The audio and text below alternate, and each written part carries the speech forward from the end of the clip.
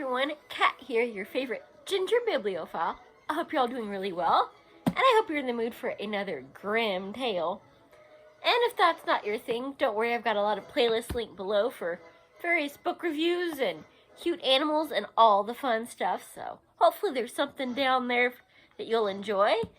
And if you haven't already, make sure to hit that like and subscribe so you don't miss any of the fun.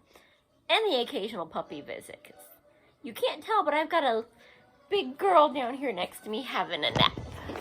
He's my cute little pup who's playing hiding from the camera. Mama, why do you disturb me every time I nap? So, yep, that's big girl. As I drop my phone/camera.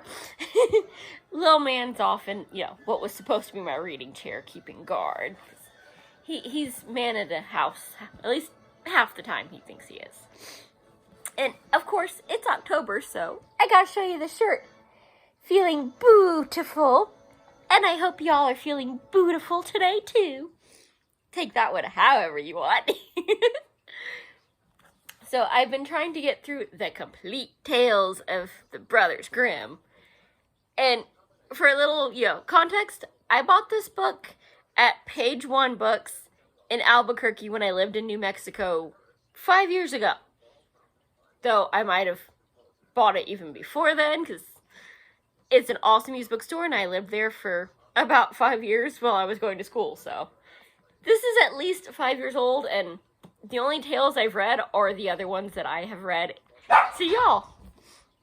And JB just tried to hop on Little Man, and that didn't go too well. He might be a cat, but he gives him a bad name. He ain't too bright. So, I'm trying to work my way through this. This is I don't know if y'all can know, that's a really big book. That's a little intimidating with over, 250 tales. So, I'm going to keep myself accountable and just read through this book with y'all. I've read all my favorites that are, what all the Disney movies are retellings of. So, today we've got the second book, or the second little short story. It's The Companionship of the Cat and the Mouse.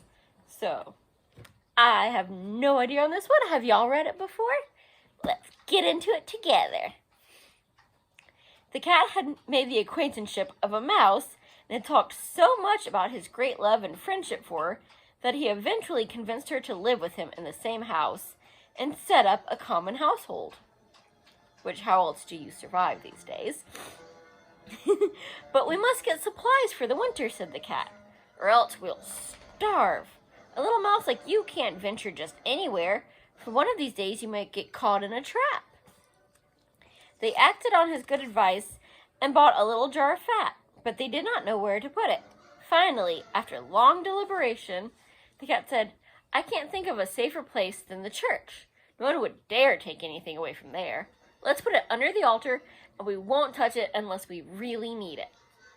The little jar was safely stored away, but it was not long before the cat felt a craving for it, and said to the mouse, I've been meaning to tell you, little mouse, my cousin gave birth to a baby boy, white with brown spots, and I've been asked to be godfather.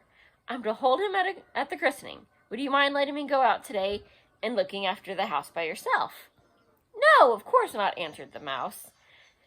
Go, for God's sake. If you get something to eat, think of me. I sure would like to have a drink of that sweet red christening wine. Sneaky kitty and naive little mousey. Naturally, none of what the cat said was true. He did not have a cousin, nor had he been asked to be godfather. He went straight to the church, crept to the little jar of fat, and began licking and licking until he had licked the skin off the top. Then he strolled over to the roofs of the city and contemplated his opportunities. After a while, he stretched himself out in the sun and wiped his whiskers whenever he thought of that little jar of fat. It was not until evening that he returned home. Well, you're back, the mouse said. I'm sure you had a wonderful day. It wasn't bad, the cat responded. What name did they give the child? The mouse asked. Skin off, the cat said dryly. Skin off, exclaimed the mouse. That's a strange and unusual name. Is it common in your family? What's there to it? It's no worse than Crumb Thief, as your godchildren are called. Shortly after that, the cat felt an another great craving, and said to the mouse, "You've got to do me a favor again and look after the house by yourself. I've been asked to be godfather once more, and since the child has a white ring around its neck, I can't refuse." The good mouse consented, and the cat went slinking behind the city wall to the church, where he ate up half the jar of fat. "Nothing tastes better," he said, "than what you eat yourself." He was very satisfied with this day's work. And, ooh, we've even got a little picture here at the bottom. The cat and the mouse pretending to have a partnership. Seeming a little one-sided there, though. When he turned, the mouse asked, "What was the child christened?" "Half Gone," answered the cat. "Half Gone? You don't say. Never heard of such a name in all my life. I'll bet it's not on the list of proper names." Soon the cat's mouth began watering once more for the delicacy. "All good things come in threes," he said to the mouse. "I've been asked to be godfather again. This child's all black and has white paws. Aside from that, there's not a white hair on his body. That only happens once every few years. You'll let me go, won't you?" "Skin off, Half Gone," the mouse responded. "Those are really curious names. I'm beginning to wonder about them." "Look, you sit at home in your dark gray fur coat and your long pigtail," the cat said, "and you begin imagining things. That's because you don't go out during the day." While the cat was gone, the mouse cleaned the house and put it in order. Meanwhile, the greedy cat ate up the rest of the jar.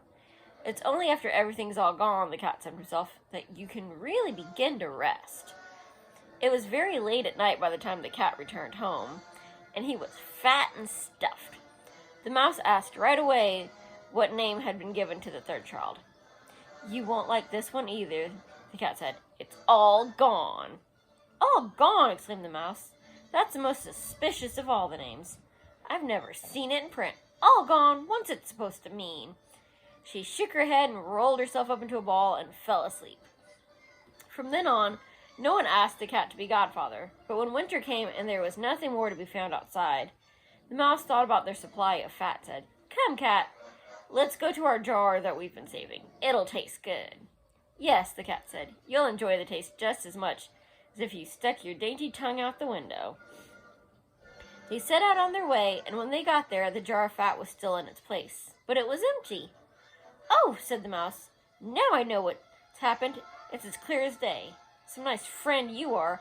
You ate it all up when you went to be godfather. First the skin, then half, then—" "You better be quiet," yelled the cat. "One more word and I'll eat you up." All Gone was already on the tip of the mouse's tongue. No sooner did she say it than the cat jumped on her, grabbed her, and devoured her. You see, that's the way of the world. Well, can't say I didn't see that one coming, but short and not so sweet. Hopefully you enjoyed that. And, well, I will be looking through my Edgar Allan Poe collection and see if I can find a interesting but short enough to read one for you. And I will see you soon. Bye. Happy reading.